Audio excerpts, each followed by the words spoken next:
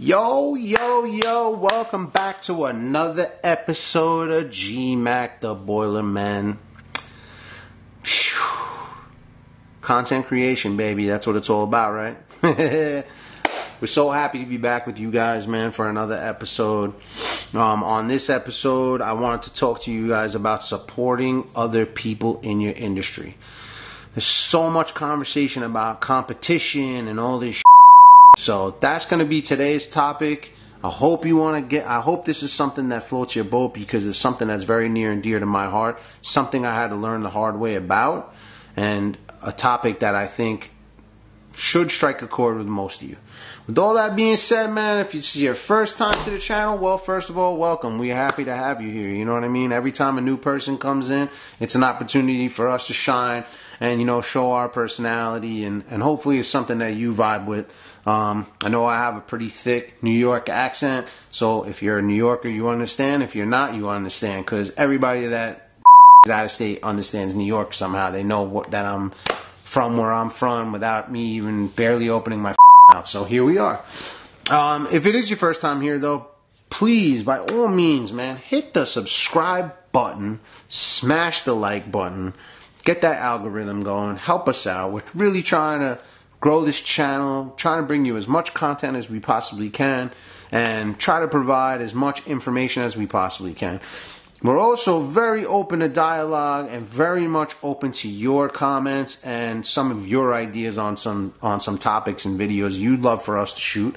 Definitely helps us out. So if you don't mind, drop a comment below. Let's talk about it. I'll create something for you, whatever you want to talk about. Again, I've said this on some of my past videos, and I want you guys to understand what's very important. This is all off the top of my mind and through my experiences, whether it be in business or be in my life. I'm not going to, the internet to look up. This is not ChatGPT talking. This is just me being real, raw, and authentic with you and sharing my experiences and bringing those experiences to you. So with that being said, when I came into this business, and that's the boiler business, with a heat and hot water company, industrial company, my stepfather, who was a great mechanic and a great mind to his own right, was never really big on working with other companies. He looked at everybody as competition, and I was taught in my mind that is how it was, and it became this cutthroat thing where I couldn't work with the next guy or this guy or that guy, and I was very closed off to the rest of the community. And as I got older, and as I was in the business longer, and as I started to deal with customers myself, and as I started to deal with other plumbing companies, I realized that couldn't be the furthest thing from the truth. The truth is, man, this industry is small, and even though you're in your small area and you look around and maybe you see 20, 30 companies, there's 350 million people, let's just say, in the United States right now. How many of those guys are plumbers? How many of those guys are electricians? How many of those guys are HVAC? How many of those guys are in construction? How many of those guys are roofers? It isn't a large percentage of people, so I started to realize that it was more important for me and my company to grow to work with other companies, because there are some companies out there that don't do what I do. And even the companies that do what I do, when they need something, they have a question, it's something I can give them an answer, something I can help them out with, I never hesitate to help. The only time that I can say that I haven't stepped up to help another company out is when it seems like they're purposely going out of their way to me over, and in those cases, they can kiss my ass. But 98% of the time, that's not the case. 98% of the time, it's just one company trying to help out another company. It's the same as the supply houses. We all work together to create this really nice, tight bond and tight nucleus.